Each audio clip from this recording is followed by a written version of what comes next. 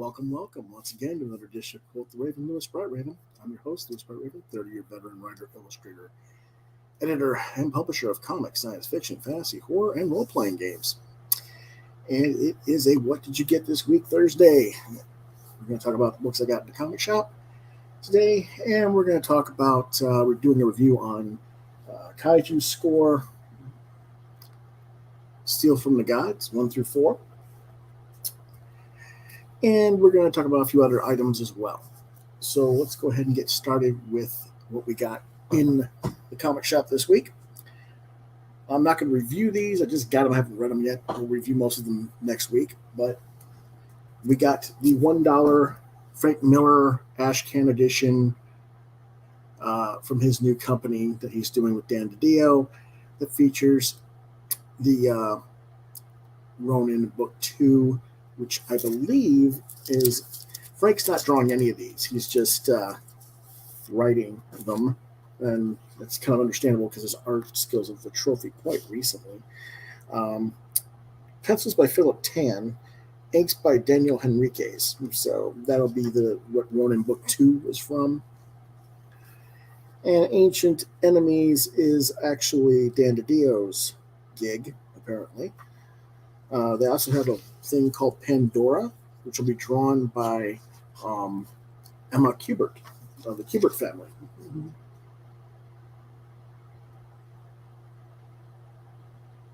That ought to be interesting when that comes out. And then this is the Dan DiDio with art by, I can't read it. Danilo Beyruth, apparently.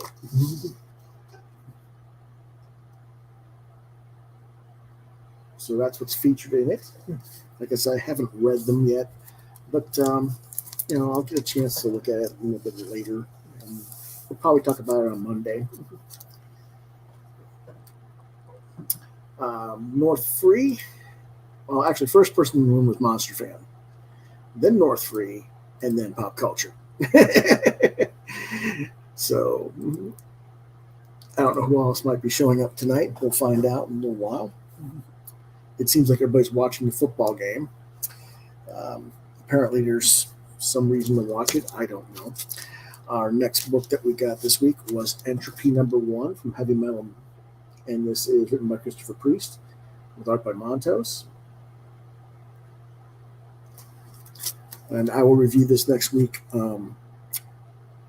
by itself, in addition to the heavy metal magazines that I haven't been reviewing for the last few months that I should have been. So it'll be a heavy metal day when we get into that one. Our next book this week I got was Craig Thompson's Ginseng Roots #10. I've reviewed this quite a bit. It is a biography type story of the artist and his youth. So there is that. We got Where Starships Go to Die #3 from Aftershock by Mark Sable and Alberto Locatelli. I have reviewed #1 before, and I am going to actually re-review #1 through 3 next week when I do a full Aftershock. I'll be talking about this book, and I'll be talking about Beyond the Beyond on that show. Of course, Pop always asks me, what about this book? What about this book? He's referring to, of course, Usagi Yojimbo. There you go. I am still getting it. #30 by Stan Sakai, of course. I don't know what more I can say of that. The heavy metal comic is called Entropy. Pop. Let me grab it real quick again.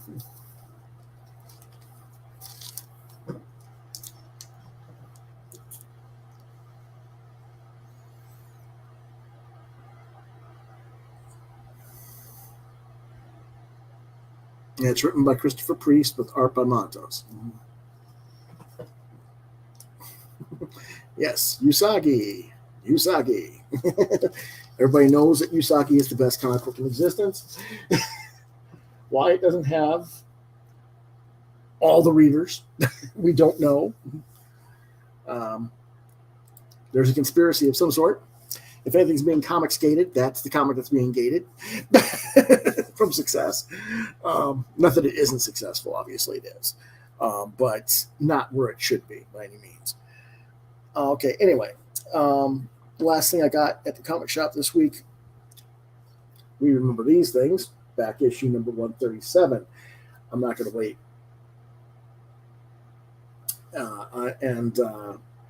For months and months and months and not read this. I will get this read and review it next week. Kaiju score is we'll be talking about next, actually, North. But that's all I bought from the comic shops this week. As for Kaiju score, this is the second miniseries. I reviewed the first miniseries last year. It's just called Kaiju Score. The first one, this is Kaiju Score, Steal from the Gods, 1 through 4. They're $3.99 each from Aftershock Comics. Written by James Patrick with art by Rem Brew, colors by Francesco Segala, lettering by Dave Sharp. The genre is crime suspense kaiju. What it's about. Michelle, the safecracker from the original miniseries, that apparently was supposed to be the breakout star character. I didn't think so, but that's what they claim. Is back with her own heist crew. As she tries to establish a new monster-free status quo for herself and her new team of accomplices, she gets the opportunity to carry out another outlandish score, one that might involve literally stealing from the body of a kaiju.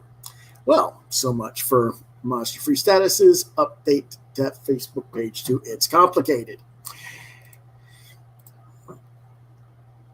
The narrative in issue number 1 is basically set up for the miniseries as we dive more into the psyche of Michelle to learn about who and what she really is and what makes her tick, which we didn't really get that much of in the first miniseries because she was just a plucky side character and the story was more from the perspective of the lead character of Marco. Now with Michelle in the lead, it takes a different direction. Last series, it was a heist to steal something during a kaiju attack on Miami. This time, well, this is altogether different. She's going to have to try and steal a lost Mayan treasure that's inside the stomach of a kaiju. That's certainly going the next level and taking things up a notch. This, of course, is the cover to number 2. How does Michelle wind up in this mess? Because she and her crew are being hunted by a rival boss who has hired an insider among the crew, which Michelle has killed because she realized that they were spying on them. And so now she has to take on the kaiju job in order to get the resources to protect herself and her crew from being on a hit list. Of course, as they prepare for the heist, they're being set up by Javier and his Russian associates who have hired them, who have this kaiju in hibernation. And something tells me that Michelle has already figured this out, so the question now becomes what will be her plans and what does she plan and doesn't plan for as the heist begins in issue number 3, which you see the cover to here. And now, the heist. As expected, everything goes sideways. The plan is running smoothly until the Russian Dmitri turns on Michelle's guy, TG, and kills him in the operations room and awakens the kaiju with Michelle and the rest of the team inside the kaiju's digestive tract. Unfortunately, this is exactly the sort of thing that I expected to happen. So while it was executed as well as it could be, it was a bit predictable. TG, of course, gets killed. Or does he? Michelle and her crew barely get out of the kaiju's mouth alive before it wakes completely up. But another member of her crew does die as they escape. And now it's just her and Glover, who's on the cover, trying to stop a mega kaiju while Dmitri and his occultist kaiju followers are trying to free this kaiju upon the planet as they see it as a means to purge the earth of humanity and all the other things that are ruining the earth. Whee! This is good. Issue number 4. Well, wouldn't you know that there just happens to be another kaiju buried beneath the ice, the opposite number to the one they just woke up. And so they have to free that kaiju and wake it up so that the two kaiju will duke it out. Titans clash, the world trembles, new religions are formed, movies and toy licenses are soon to come to the creators of the comics. And I'm laughing my ass off at this point because those words are actually in the script just about. And I will show you those pages in a minute. The survivors get their haul, of course. They get paid. They resolve the bounty on their heads. And they sick and get revenge on Javier for what he has done as well. And then they split up. And Michelle's on the solo track again because now she's been recruited to be one of the head seats of the criminal circuit, which is controlling the entire system of criminals, whether it's people doing heists, con jobs, whether it's people who are assassins, everything. She's going to be in the focal group that's in control of all of it, supposedly. And that's going to be the next series. What do I think of it? Well, this particular series was paced very poorly, in my opinion. The first 2 issues were set up, but they didn't really establish the cast well enough for you to care about Michelle's crew, unlike what happened in the first miniseries when Marco was in charge. And you know that at least one, if not more, if not possibly all, are going to die in the story. So it begs the question why they aren't better defined, because you actually kind of want to care about the characters if they're going to die. Otherwise, what's the point? But because of the shortness of the series, I knew that the heist was going to be shortened and the climactic sequences would be run through at a breakneck pace. And of course it was, which crippled the story for me. The first series was really good and I ranked it at around a 4.5. But this is merely middle of the road in terms of story. Now, Rembrew's art is what's carrying the workload on this series for this run of the story. And for what that's worth, he does bring enough to make it worth the price of the book. But this series really needed another 2 issues to breathe. The kaiju battle alone should have been 4 to 6 pages, and instead it's reduced to maybe 5 panels. That having been said, Rembrew is a hot commodity right now, and I would not be surprised if Marvel starts picking him up on the Marvel scene within the next year or so. He's been around the scene for about a decade or more, and this Kaiju Score series is building buzz in Hollywood. It's already been picked up and is in development for live-action film.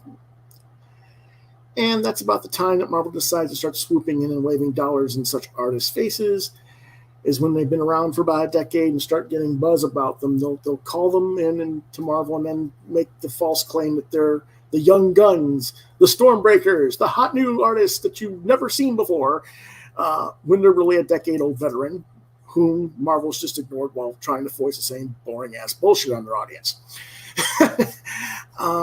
Like I said, they've already set up the 3rd series for this, and I guess Michelle's going to remain their lead focal character. I'm not sure that's in their best interest, because the lead character from the first miniseries, Marco, is the more interesting character in my opinion, but whatever. We'll see how it turns out whenever the next miniseries is released. But so far, this series is still worth reading overall. It's recommended for ages 16 and up due to language and a little bit of nudity and gore type stuff. I give it 3 out of 5 stars instead of the usual 4 to 4.5 that I gave the first miniseries.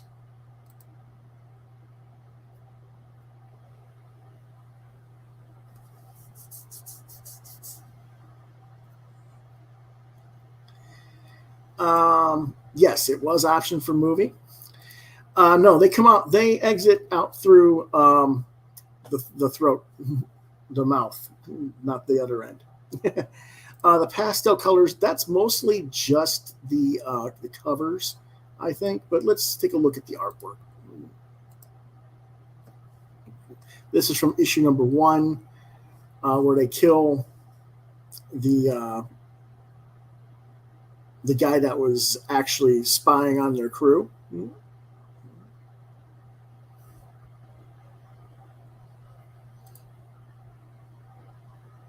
This is a little more pastel-y, I guess you could say.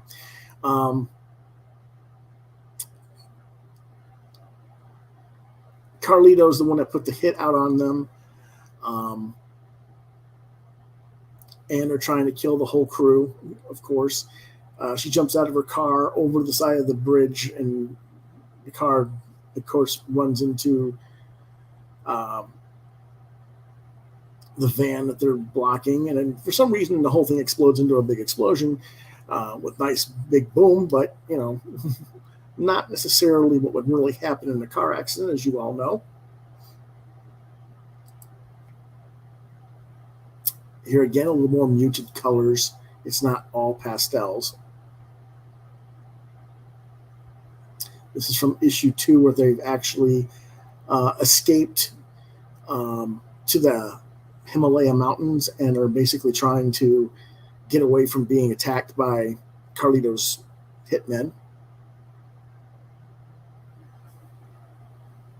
And she takes off on her own to make a deal with some people to get protection.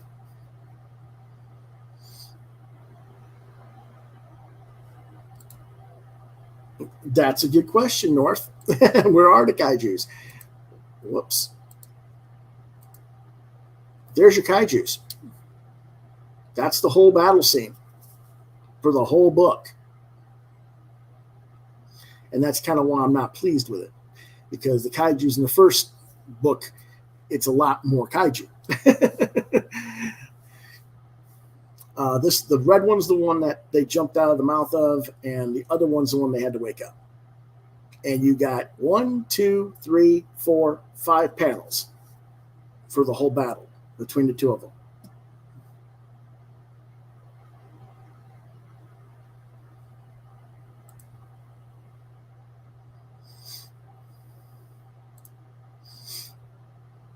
I understand, North. I totally understand. I would recommend go back and find the first miniseries. There's a lot more kaiju in that one. Is there going to be a toy line too? I have no idea.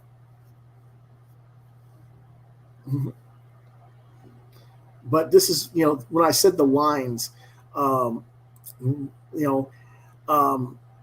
it is. Right here it says, Titans clashed. The world trembled. Nations pointed fingers. New religions were formed, and new toys and movies were made. that's exactly the dialogue. I mean, it's like, really? Okay.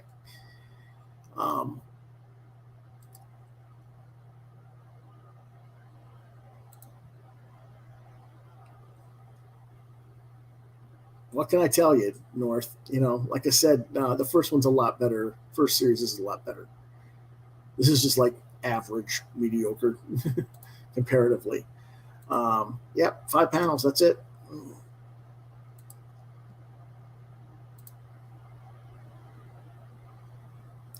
And I don't mind it, but like I said, this is more. This didn't have really anything to do with the kaiju per se, other than the fact that they went inside the kaiju, which you don't really get to see much of because you're inside the kaiju's digestive tract, which doesn't mean much. Hold on a second.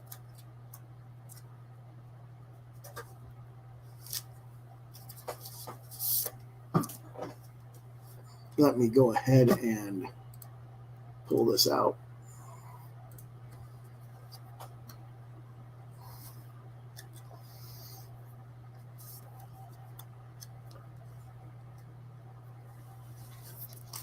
This is what they got for inside the kaiju.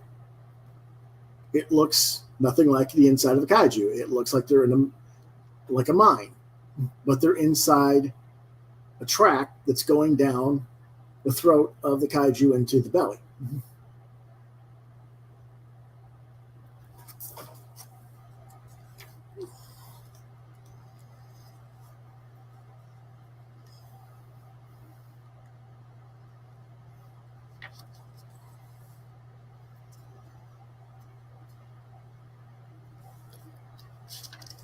And you see this ship, this old Spanish galleon that's got all the gold that they're wanting to get.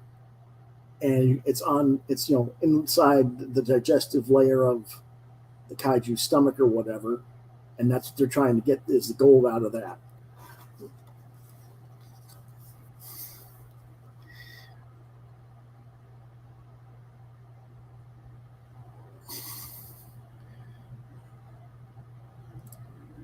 Yeah. Is there a continuation? Yeah, there's going to be a third miniseries, but I have no idea, what they're going to do in the third miniseries other than Michelle's still going to be the lead character. And like I said, the first one is what I would recommend reading first. And then if you want to stick with it, understand this is a little bit less, but the first series was pretty good. That's why I got that one.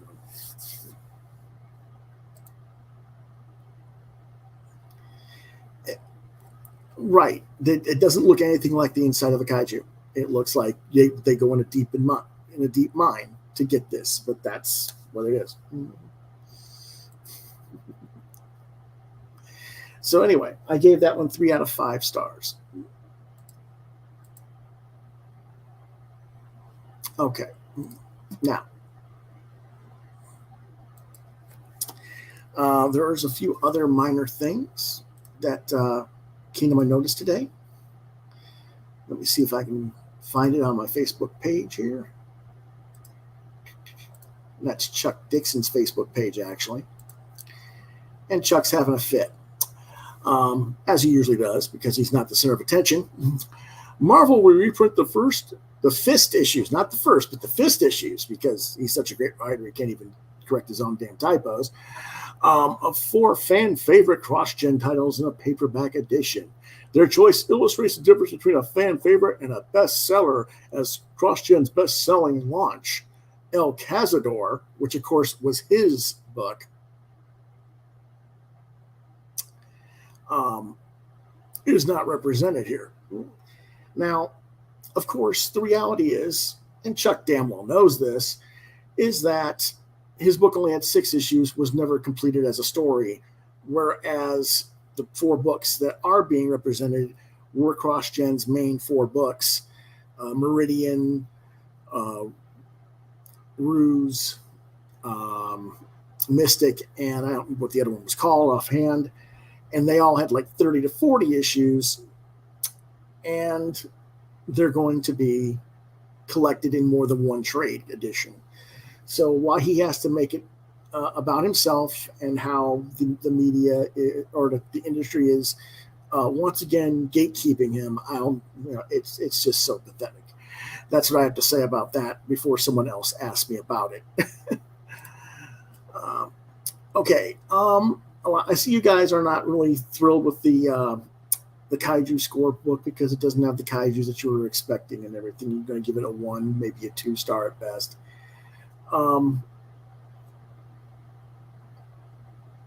But, like I said, I'm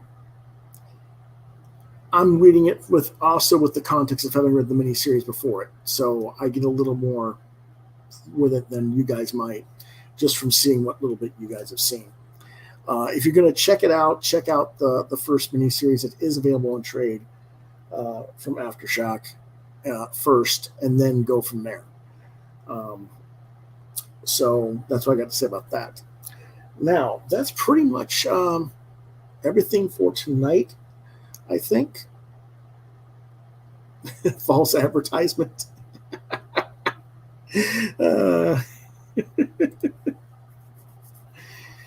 Well, like I said, they do what they do, I think you'd like the first one a lot better, though. But let me see here. Cut that off. But let me. There we go.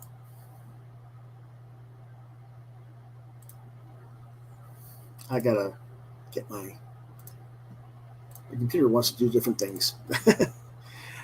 Yes, the Tingler Talk is tomorrow. That's about what I'm about to share with everyone.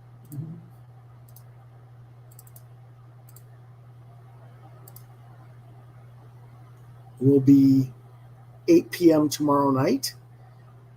Join the Raven and guess as we discuss the classic 1959 horror film The Tingler, starring Vincent Price.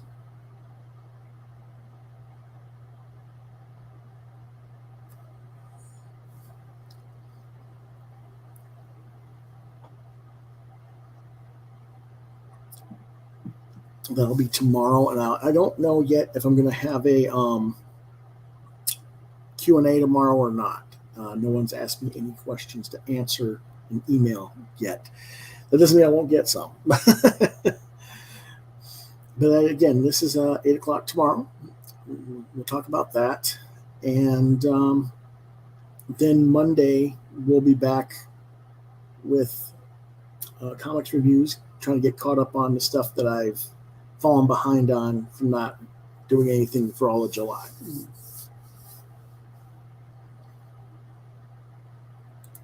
Okay, folks.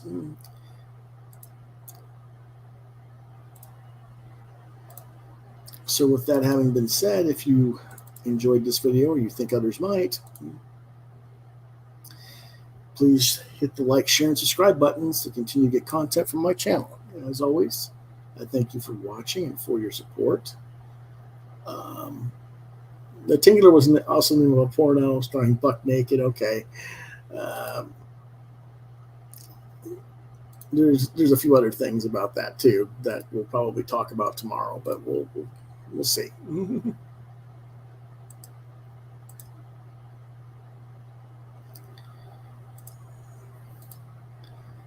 If you want to catch up with me online, I'm on Facebook at Lewis.BrightRaven, at Twitter at LewisBrightRave2. My artwork can be found at deviantart.com/BrightRaven. You've been watching Quoth the Raven, Lewis Brightraven, exclusively on YouTube. Questions, comments about the episode. If you have a comic book or crowdfunding campaign that you've noticed that you think I might be interested in, Quoth the Raven LBR72@gmail.com is the address to email me that information at. If I don't get back to you on the show or via email in a day or so, get back. Try lewisbrightraven@yahoo.com.